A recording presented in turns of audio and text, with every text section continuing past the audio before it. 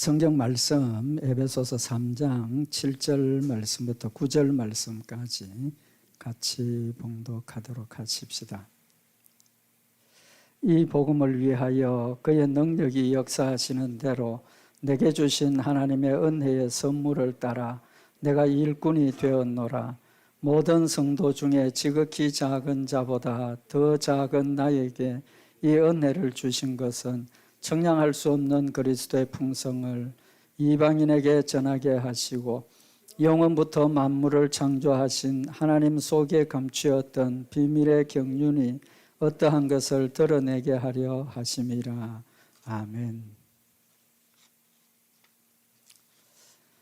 우리 에베소서 3장 7절 이하에 나타나는 말씀은 사도 바울이 어떤 면에서 보면 자신의 일을 간증하는 내용입니다.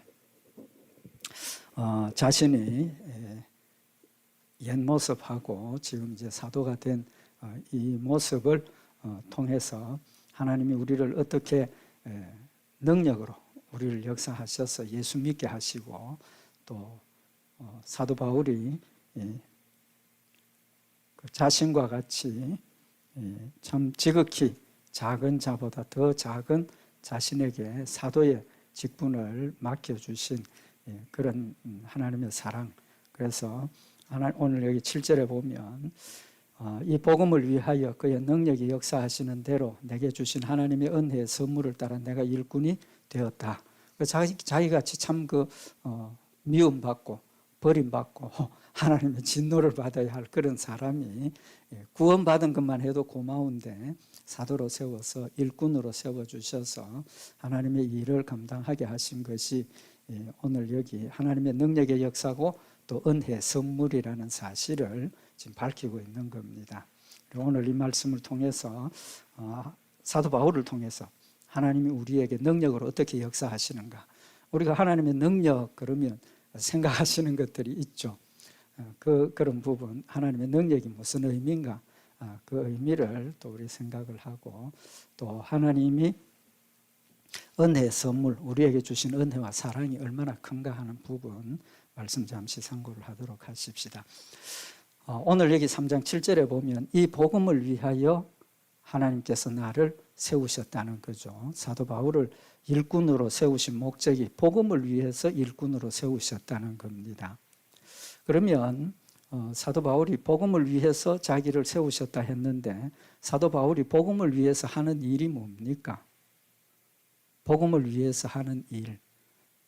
간단하죠. 복음 전하는 겁니다. 그죠? 전하는 건데 사도 바울이 디모데후서 1장 11절에 보면 하나님께서 자기를 일꾼으로 다시 말하면 사도로 세우신 그 구체적인 사역의 내용, 자기가 해야 할 일이 무엇인가 하는 걸 구체적으로 지금 세 가지를 이야기를 하고 있습니다.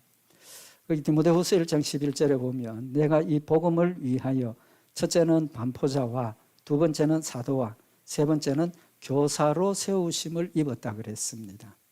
그래서 자신의 사역이 세 가지로 구분됨을 지금 밝히고 있는 겁니다. 첫째는 반포하는 것, 두 번째는 사도의 역할, 세 번째는 교사의 역할을 이야기를 하고 있습니다. 그럼 반포자라는 의미가 뭡니까? 반포자. 반포한다는 건 전한다는 거죠. 선포한다 그런 뜻입니다. 그죠? 그래서 디모데전서 2장 7절에 보면 이를 위하여 내가 전파하는 자와 사도로 세움을 입은 것은 참말이요 거짓말이 아니니 믿음과 진리 안에서 내가 이방인의 스승이 되었노라. 지금 여기도 세 가지를 이야기를 하고 있습니다. 전파하는 자, 사도, 또 이방인의 스승, 교사죠. 그죠? 교사. 이 세 가지를 지금 이야기를 하고 있는 겁니다. 근데 이 반포한다는 것은 디모데전서 2장 7절에 전파하는 자다 이렇게 번역을 했습니다. 그러니까 같은 뜻입니다. 그러니까 이 반포자로 세웠다 하는 것은 그리스도의 복음을 널리 전하는 겁니다. 전하는 것. 여러분과 저도 반포자로 세우심을 입은 사람들입니다. 우리의 삶을 통해서 우리의 입술을 통해서 복음을 전하는 전령자, 사자로서 우리를 세우셨다는 사실을 지금 밝히고 있고 두 번째는 사도로 세우셨다 그랬습니다. 사도는 몇 번 말씀을 드렸습니다. 그죠? 사도의 역할이 뭡니까? 예수님께서 직접 세우신 예수님을 증거하는, 증명하는 그런 역할을 사도들에게 맡겨주셨죠. 그래서 사도의 그 필수적인 조건이 뭐라고 그랬습니까? 하나는 예수님의 가르침을 직접 받은 사람, 그 다음에 하나는 예수님께서 직접 세우는 사람. 그런데 이제 예수님이 성천하시고 난 뒤에 사도행전을 보면 그 뒤에도 그러니까 그 12제자만 포함이 되는 겁니다. 그죠? 근데 그 12제자들 외에도 사도로 지칭함을 받는 사람들이 나타나게 됩니다. 사도 바울은 좁은 의미에, 그러니까 예수님으로부터 직접 배움을 받고 예수님과 함께 다니면서 합숙훈련한 겁니다. 그죠?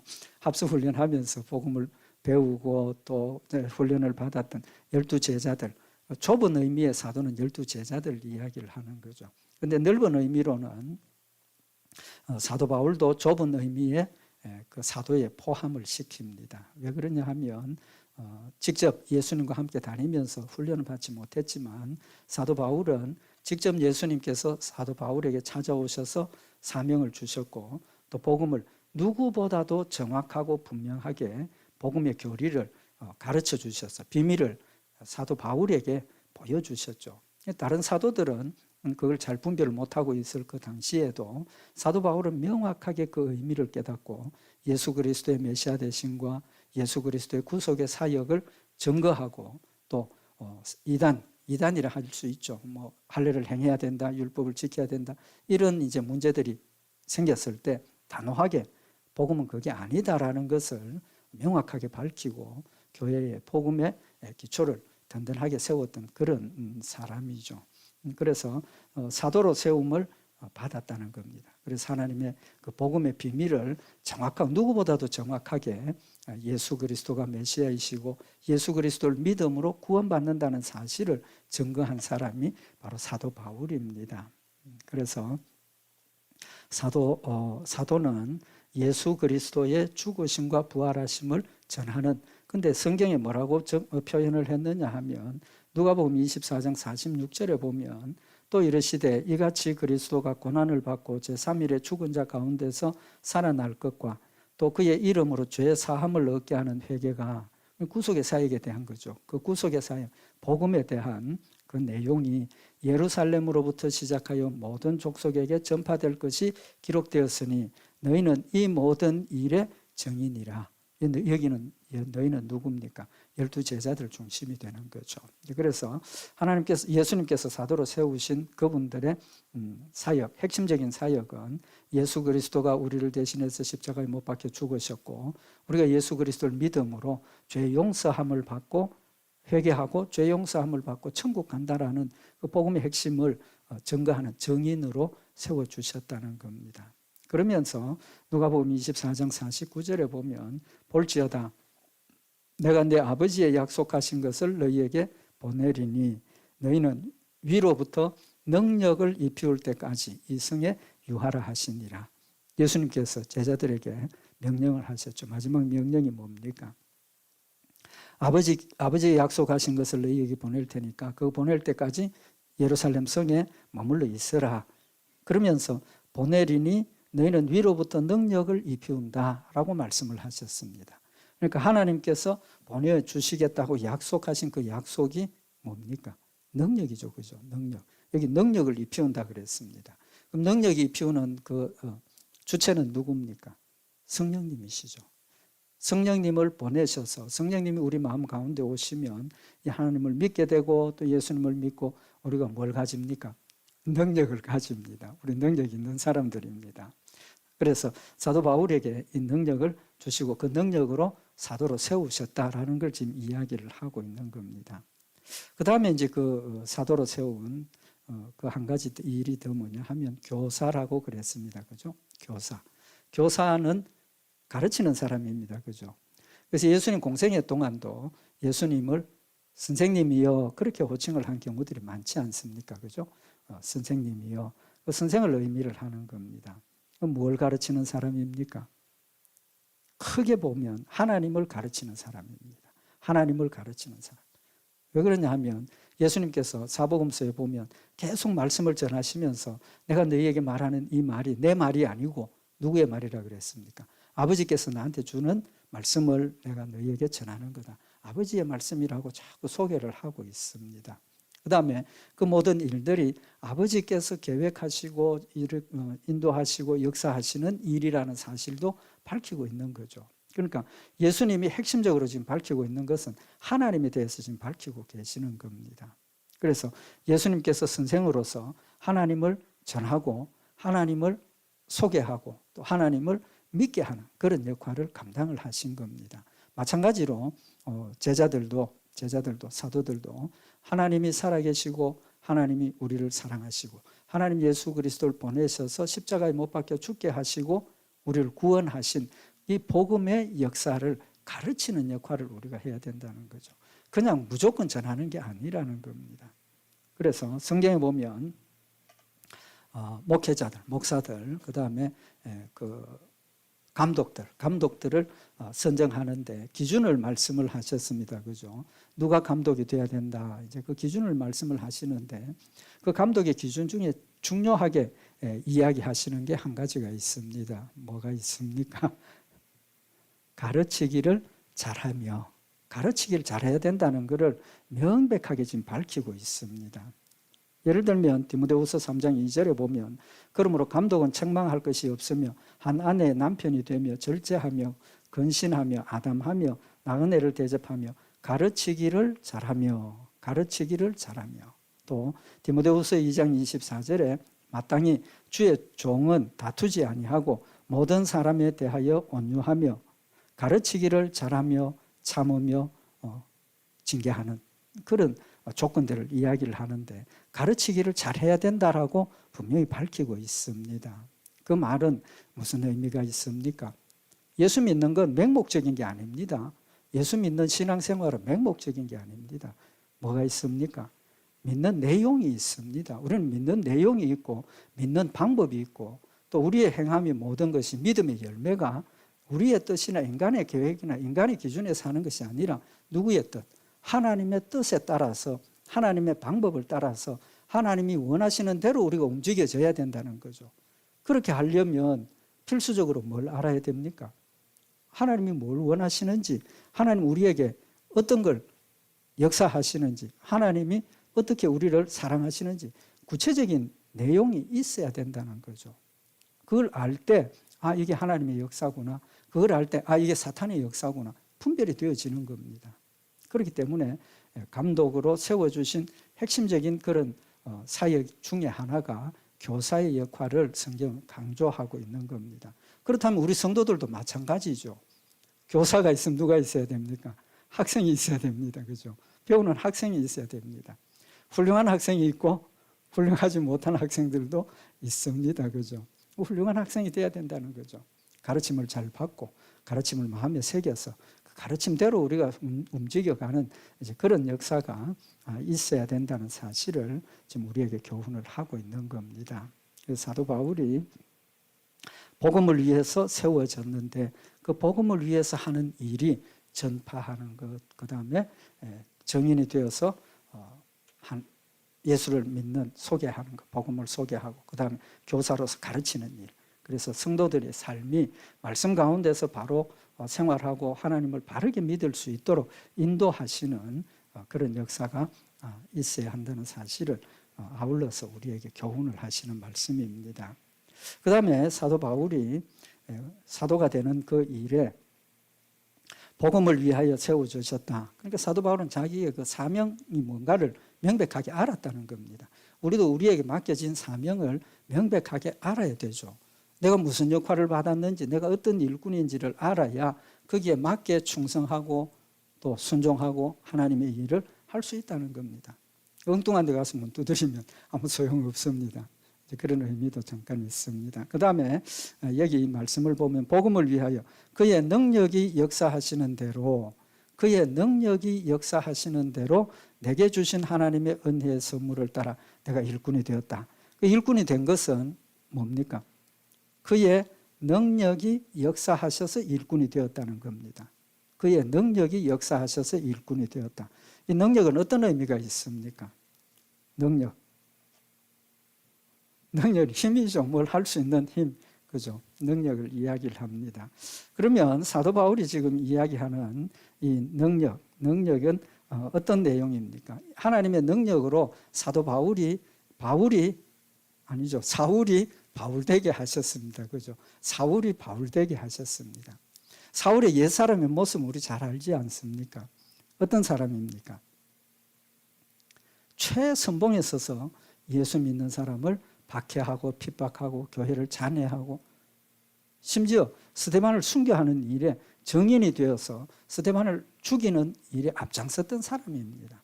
그렇게 보면 예수님을 최선봉에 서서 반대했던 사람입니다.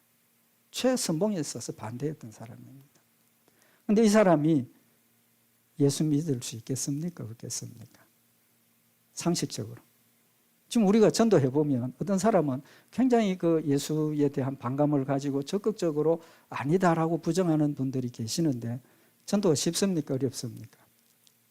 그건 뭐 포기를 하고 있는 게 맞죠. 그렇죠? 포기하는 게 맞습니다.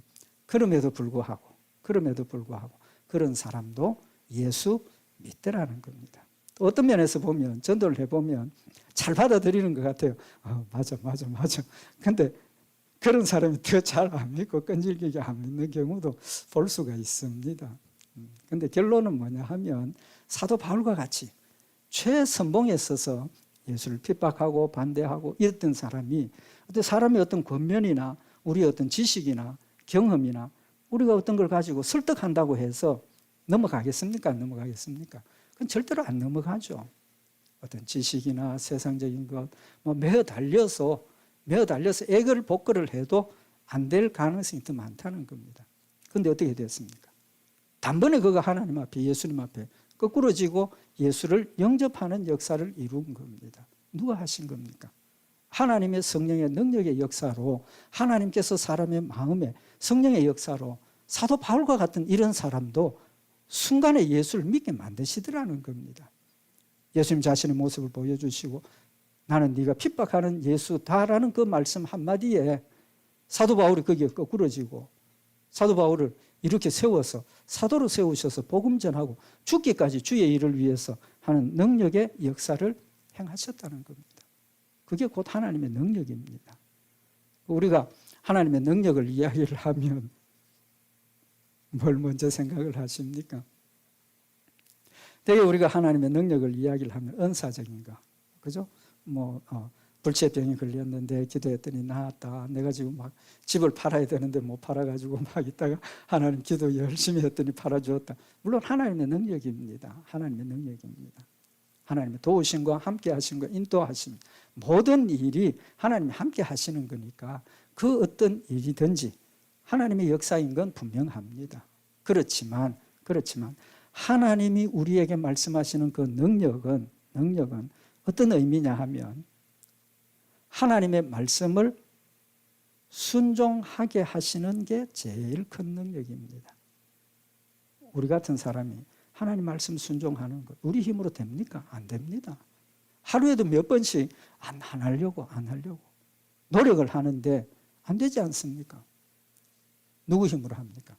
성령의 능력으로 하나님이 함께 하시고 그 일을 감당할 수 있도록 도와주시니까 한다는 겁니다. 요한복음 10장에 보면 예수님께서 70인을 둘씩 짝지어서 전도여행을 보냈습니다. 전도여행을 하고 돌아와서 그들이 예수님께 보고를 하죠. 누가복음 10장 17절에 보면 70인이 기뻐 돌아와 가로되 주여 주의 이름으로 우리가 귀신들도 쫓아내고 귀신들도 우리에게 항복합디다. 능력을 행했다는 거죠. 그죠? 예수님처럼 능력 행했다는 겁니다. 그 70인들이 기뻐서 막 돌아와서 예수님께 말씀을 하니까 누가복음 10장 18절에 보면 예수님의 대답이 예수께서 이르시되 사탄이 하늘로서 번개같이 떨어지는 것을 내가 보았노라. 복음의 역사가 제자들을 통해서 능력 있게 막 나타나는 그 순간에 하늘에서 뭐가 떨어졌다는 겁니까? 사탄이 번개같이 떨어졌다. 하나님의 역사가 심해지면 심해질수록 사탄의 역사도 똑같이 비례해서 비례보다 더 강하게 역사하게 되어 있습니다. 왜? 사탄이 하고 싶은 게 그거고 사탄의 목적이 그거기 때문에 하나님의 역사가 강하게 나타나고 우리 성도들이 더 뜨겁게 하나님을 사랑하고 하나님을 섬기면 절대로 편안하게 되어지는 법이 없습니다. 반드시 그걸 넘어뜨리기 위해서 사탄이 역사를 한다는 겁니다.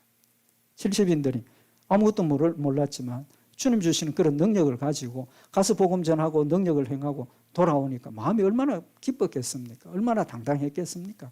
근데 예수님의 말씀이 그때 사탄이 번개같이 땅에 떨어지는 걸 내가 봤다라고 말씀을 하시면서 그 상황에서 예수님이 제자들에게 주신 게 뭐냐 하면 내가 너희에게 뱀과 정갈을 밟으며 원수의 모든 능력을 제어할 권세를 주었으니 너희를 해할 자가 결단코 없으리라.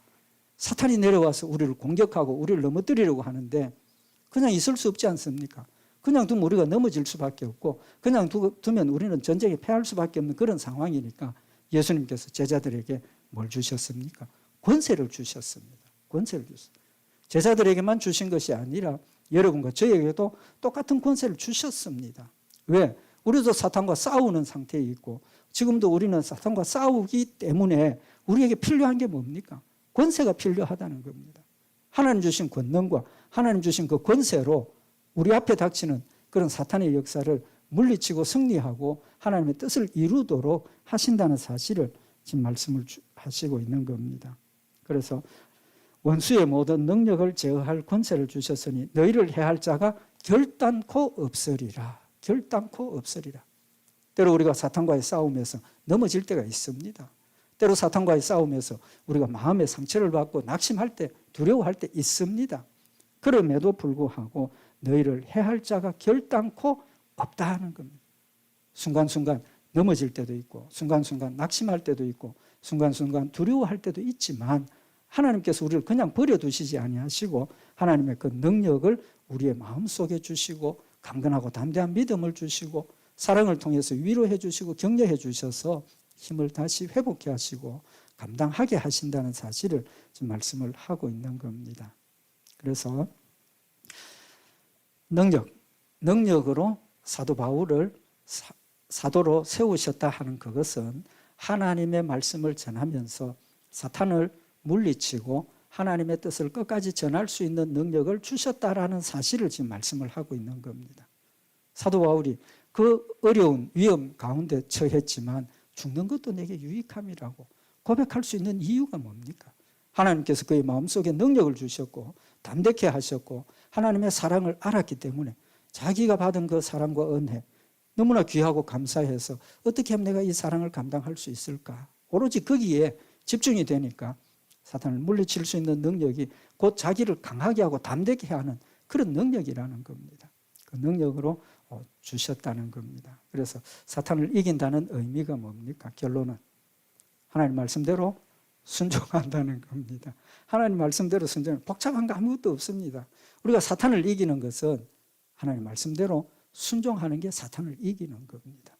질병을 물리치고 귀신 쫓아내고 예수님께서 그것 가지고 기뻐하지 말라는 겁니다. 그러면서 누가복음 10장 20절에 그러나 귀신들이 너희에게 항복하는 것으로 기뻐하지 말고 너희 이름이 하늘에 기록된 것으로 기뻐하라 하시니라. 기뻐하라 하시니라. 무엇 때문에? 내 이름이 하늘에 기록된 것. 내가 구원받았다는 그것 때문에 기뻐하라는 겁니다. 귀신을 쫓아내고 뭐 권능을 행하고 그건 부수적으로. 우리가 천국 가는 그 과정에서 필요한 것으로 주신 것이지 핵심은 복음이라는 겁니다. 예수님 나의 구주가 되시고 내가 예수를 믿게 되었고 천국 간다는 이 천국의 소망이 하나님 우리에게 주신 능력이고 소망이 곧 영혼의 닭과 같다 그랬지 않습니까? 그 소망이 뭡니까? 믿음이거든요. 그 믿음이고 그 믿음을 가지는 것은 성령으로 나에게 능력을 주셨다는 것을 지금 우리에게 말씀을 하고 있는 겁니다.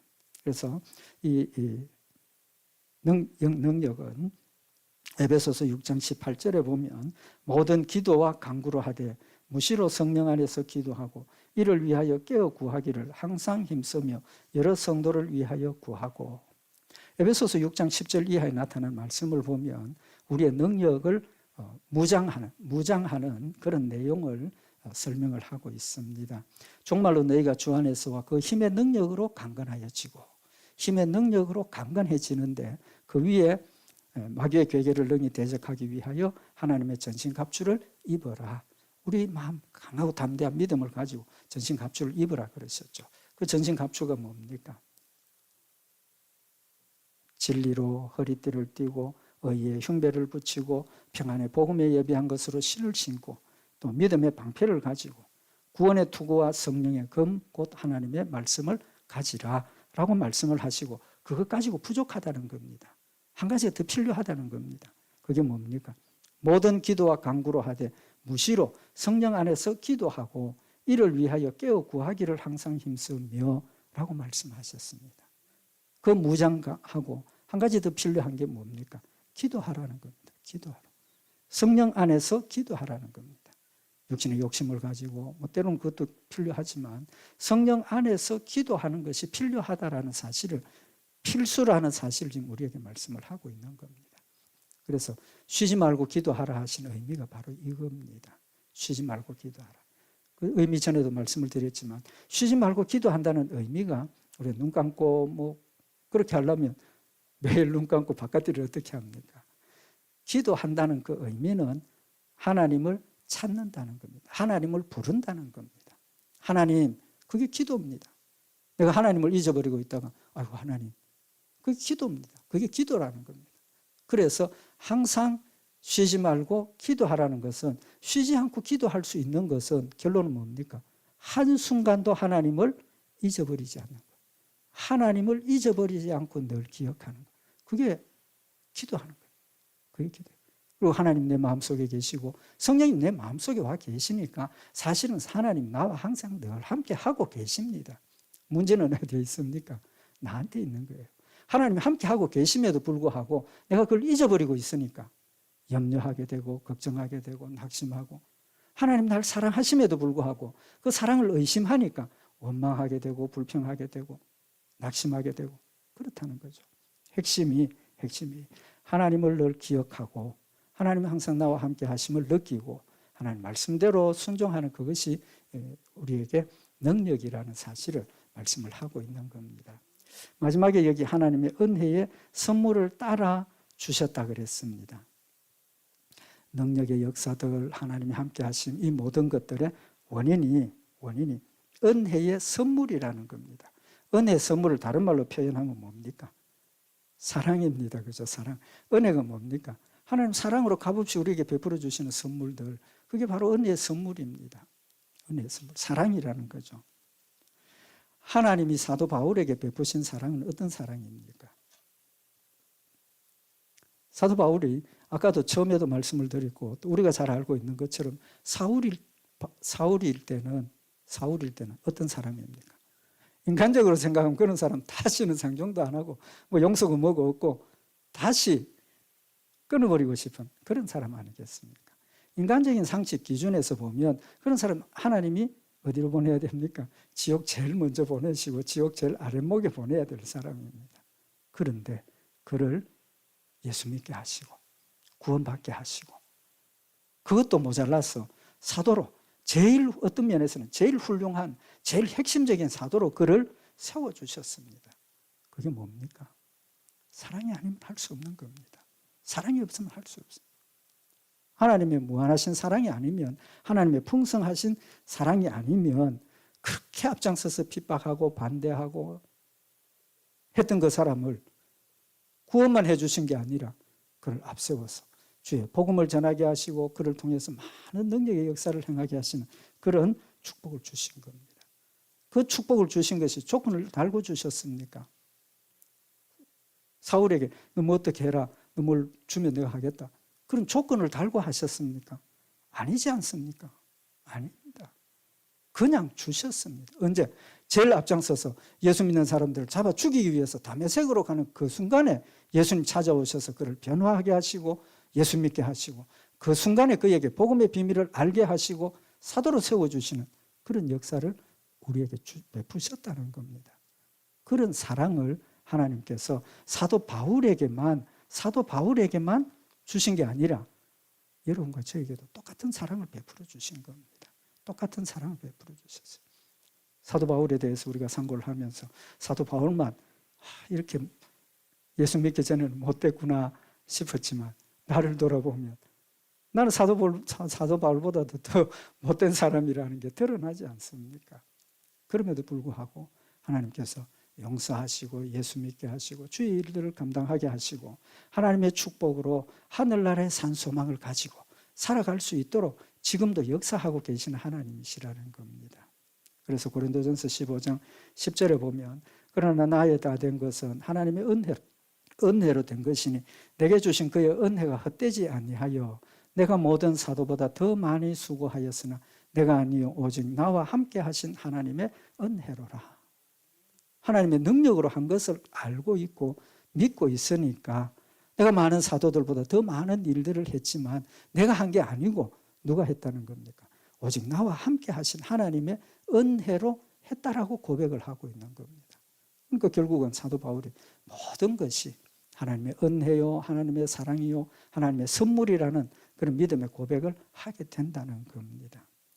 마지막으로 사도 바울이 자신이 일꾼이 되었다라고 고백을 하고 있습니다. 7절에 보면 내게 주신 하나님의 은혜의 선물을 따라 내가 일꾼이 되었노라. 일꾼이 되었다. 제가 생각할 땐 제일 중요한 걸로 생각을 합니다. 뭡니까? 자신의 신분을 알았다는 겁니다. 그리고 자기 신분을 잊어버리면 자기가 해야 될 일을 못합니다. 만약에 제가 경찰이라면 경찰의 신분을 잊어버리면 옆에서 범죄가 일어나도 경찰의 역할을 못하는 겁니다. 내가 경찰의 신분을 확실하게 가지고 자각하고 있으면 사복으로 다닐 때라도 옆에서 무슨 범죄하는 일이 일어나면 자신의 사명을 다 할 수 있다는 겁니다. 하나님 나에게 주신 사명이 뭐냐는 겁니다. 사도 바울을 일꾼으로 세우신 것처럼 여러분과 저도 똑같이 일꾼으로 세우셨습니다. 똑같은 일꾼입니다. 목사만 하나님의 종이고 우리 성도들 하나님의 종이 아닌 것 아닙니다. 목사가 하나님의 종인 것처럼 여러분들도 우리 성도들도 똑같이 하나님의 종입니다. 왜? 하나님의 일을 하는 사람들이기 때문에. 하는 내용이 달라서 그렇지 근본적으로는 우리 모두가 하나님의 일을 하는 하나님의 일꾼들입니다. 자신의 신분을 자각할 때 하나님께서 내게 주신 그 일에 뭐 하게 됩니까? 충성하게 된다는 거죠. 충성하게 된다는 겁니다. 우리는 우리의 신분을 잊어버리니까 종의 신분을 잊어버리니까 때로는 하나님을 종부리듯이 어떻게 막 좀 잘못된 그런 신앙의 모습이 나타나기도 하고 우리의 신분을 잊어버리니까 하나님 우리에게 맡겨주신 사명보다는 내 명예나 권세나 내 육신의 안일이나 믿음을 다른 용도로 사용하는 그런 일들도 일어난다는 겁니다. 사도 바울은 철저하게 자신은 하나님의 일꾼, 하나님의 종이라는 사실을 마음에 새겼기 때문에 모든 것이 하나님의 은혜요. 내가 한 이 모든 일들이 하나님 주신 힘으로 했다라고 고백을 하게 되는 거라고 저는 생각을 합니다. 우리 오늘 이 말씀 다시 한번 마음에 새기고 사도 바울을 사랑하시고 은혜의 선물을 주셔서 일꾼 세우신 것처럼 나도 똑같이 우리 모두도 똑같은 하나님의 역사로 우리를 하나님의 일꾼으로 세우셨다는 것 다시 한번 마음에 새겨서 우리가 하나님 주신 이 은혜를 헛되지 않게 우리 잘 감당하고 주님 앞에 섰을 때 잘했다 칭찬받고 착하고 충성된 종이라는 우리 같이 칭찬받는 우리 성도들과 제가 되기를 원합니다. 우리 기도드리십시다. 사랑의 하나님 아버지, 예수님 알지 못하고 믿지 못할 때 최선봉에 서서 예수님을 핍박하고 박해했던 사울이었지만 하나님 그를 사랑하셔서 값없이 은혜 베풀어 주시고 하나님의 놀라운 사랑을 더하여 주셔서 예수를 믿게 하시고 그의 평생을 남은 여생을 주를 위해서 수고하고 헌신하게 하셔서 하늘나라의 아름다운 상급들과 면류관을 받게 하신 것 다시 한번 마음에 새기는 시간이 되게 하시고 하나님 사도 바울에게 주셨던 이 놀라운 은혜와 축복을 우리에게도 똑같이 주셨음을 다시 한번 마음에 새겨서 하나님 주신 이 귀한 축복과 은혜를 소중하게 마음에 새기고 힘을 다해서 주를 섬기며 하나님 앞에 영광 돌려드리는 복된 역사들 있도록 주님 축복하여 주시옵소서. 늘 함께 하시고 승리케 하실 줄 믿고 감사드리오며 우리 주 예수 그리스도의 이름으로 기도드리옵나이다. 아멘.